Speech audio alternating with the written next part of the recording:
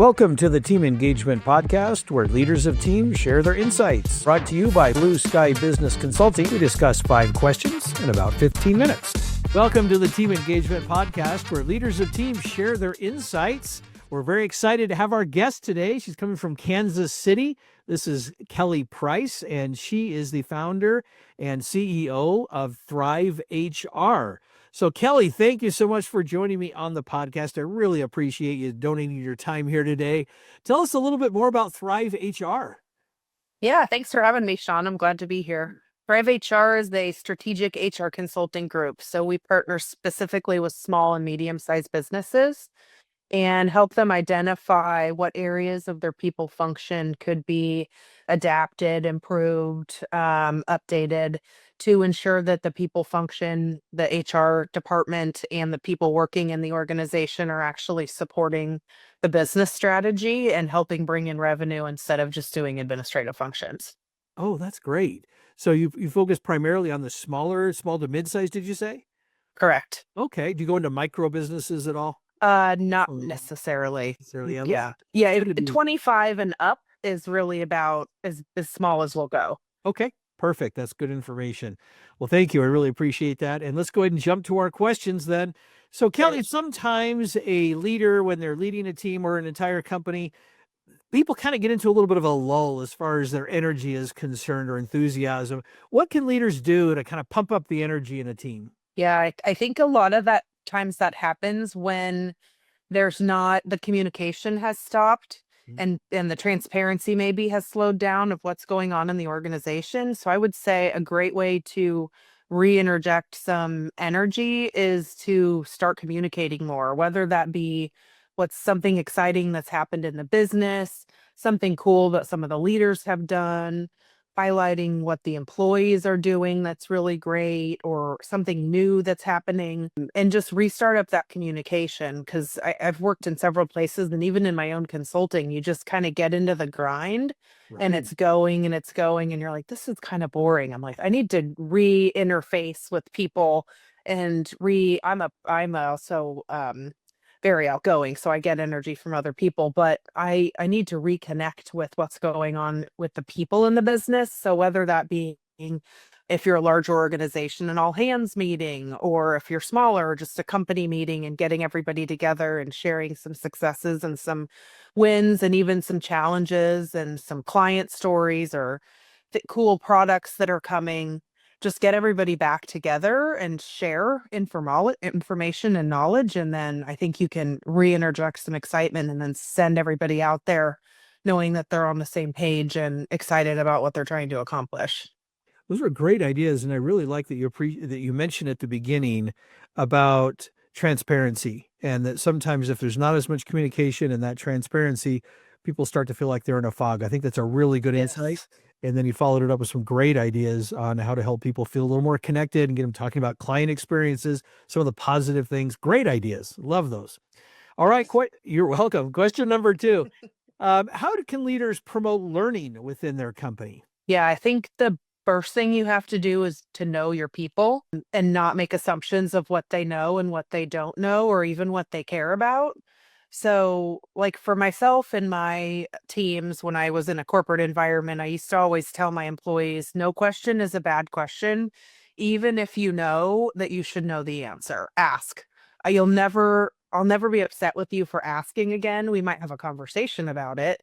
But if you go and do the wrong thing because you didn't ask, that's when I'm going to get upset. So again, knowing your people and creating that environment of again, transparency and openness and psychological safety, if you want to go with that word, that's really, really important. And then understanding where your people are excited about growing so you can support that regularly, because perhaps their role is customer service and they're always taking inbound phone calls, but every once in a while they'll ask somebody like, hey, should I buy this? And then they just really do this outstanding job of upselling. And then you realize this person should be in sales. So you figure that out by getting to know them and understanding what excites them and saying, hey, you're really good at this. Is this something you would want to develop and grow in? And simply asking them, because they might say, no, I hate sales. I actually want to get into IT. Okay, well, you wouldn't know that until you talk to them and they just happen to be good at it, but they don't like it. That's a really good point because it does happen where people show some skill or something, but that may not be the thing that really energizes them, gets them excited about coming into work. And so it's important to understand that. And I also appreciate that you brought that up because that does also highlight a different aspect of learning that we sometimes overlook, and that's learning about your people.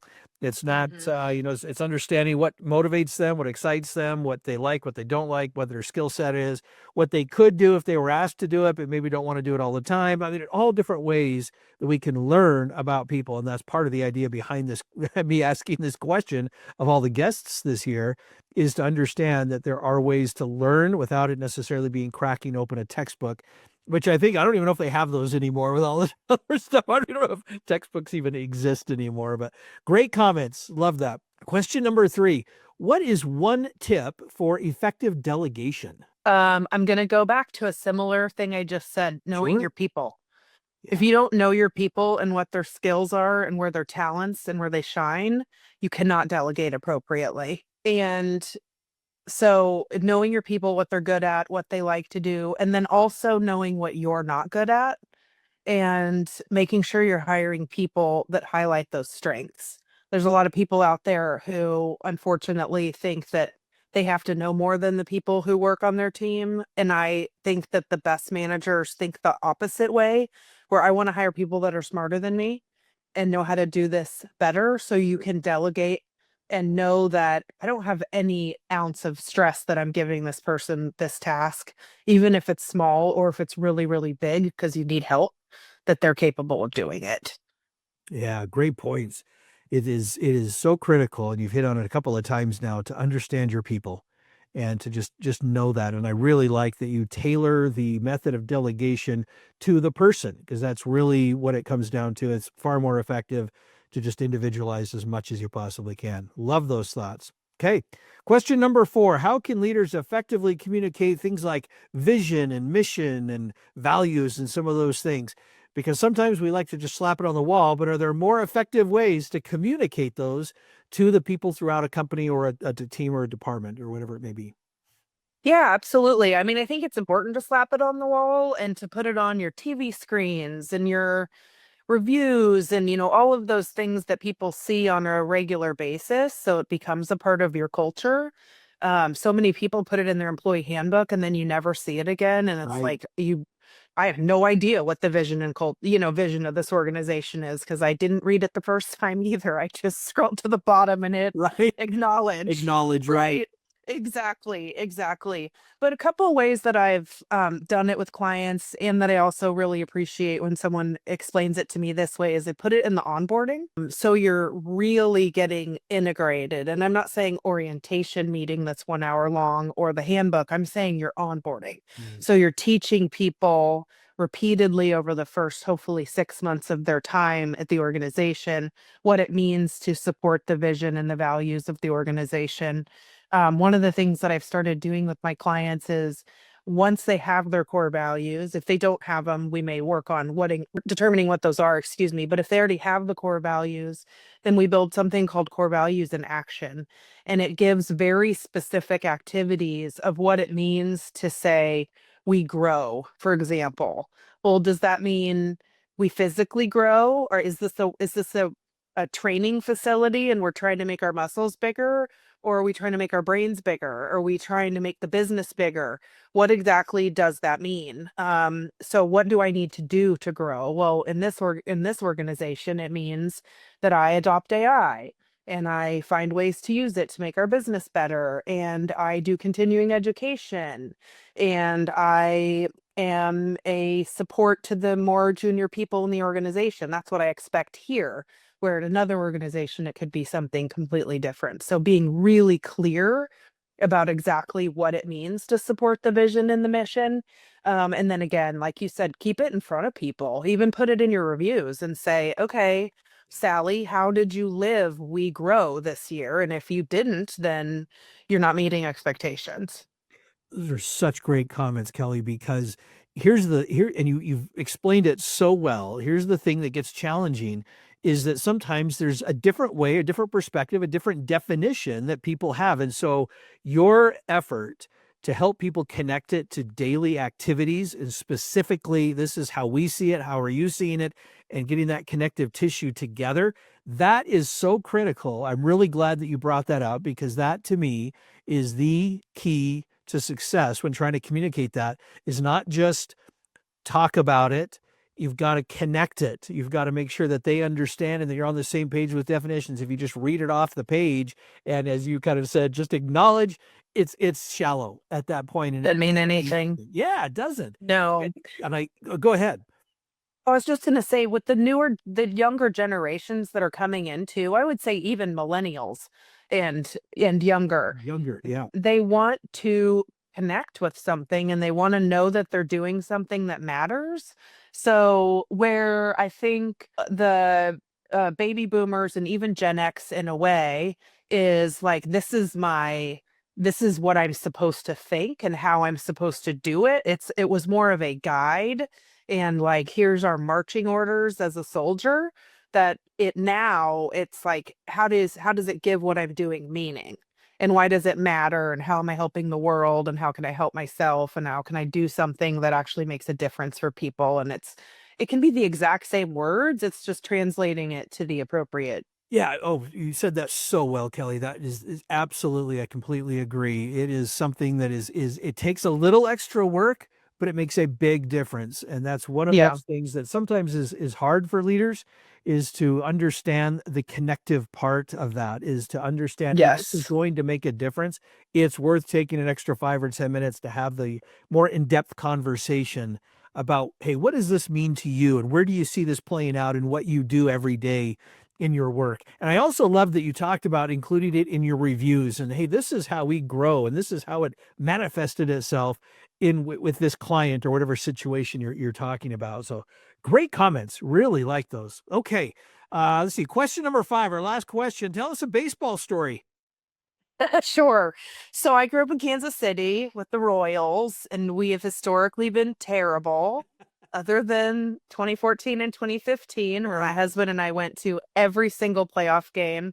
Nice. And we actually, it's going to tell a story about growing up and going with my dad, but I'll talk about the World Series game that my husband and I went to, because that was pretty serious. So yeah, we went to the yeah. No, my dad took us always to baseball games, and we always went to the Royals game. And I was the youngest of 4 kids, and my closest sibling is like 6 years older than me. So I was a kind of an only child at times. And my dad would take me, and he was so sweet. I'd be like, "Can I have popcorn? Can I have a hot dog? Can I have cotton candy?" He's just like, "Yes, yes, yes." And I probably went into a sugar coma on the way home, but that was always a fun memory. But then my husband and I, we were married with no children yet. So we were able to bop around and go to all the playoff games in 14 and 15, and went to the World Series game in New York, game 4, when it all turned around for us. And it was very exciting, very fun. But we flew in that day, went to the game, come right back home. It was an amazing experience. So yeah, it's fun. It's fun when they win. It's really fun just to sit at the K in the sunshine and drink a beer and eat a hot dog. But it's always a good way to spend a Sunday afternoon. It truly is America's pastime, isn't it? It's just, yes.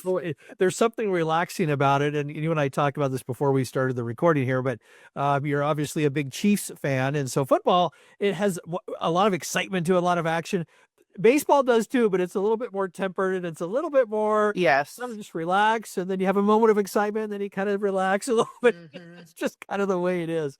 But that's part of why I personally love baseball. But thanks so much for sharing those stories. I love that. I love hearing that about your dad and your husband. It's some good bonding time for you. So, it is.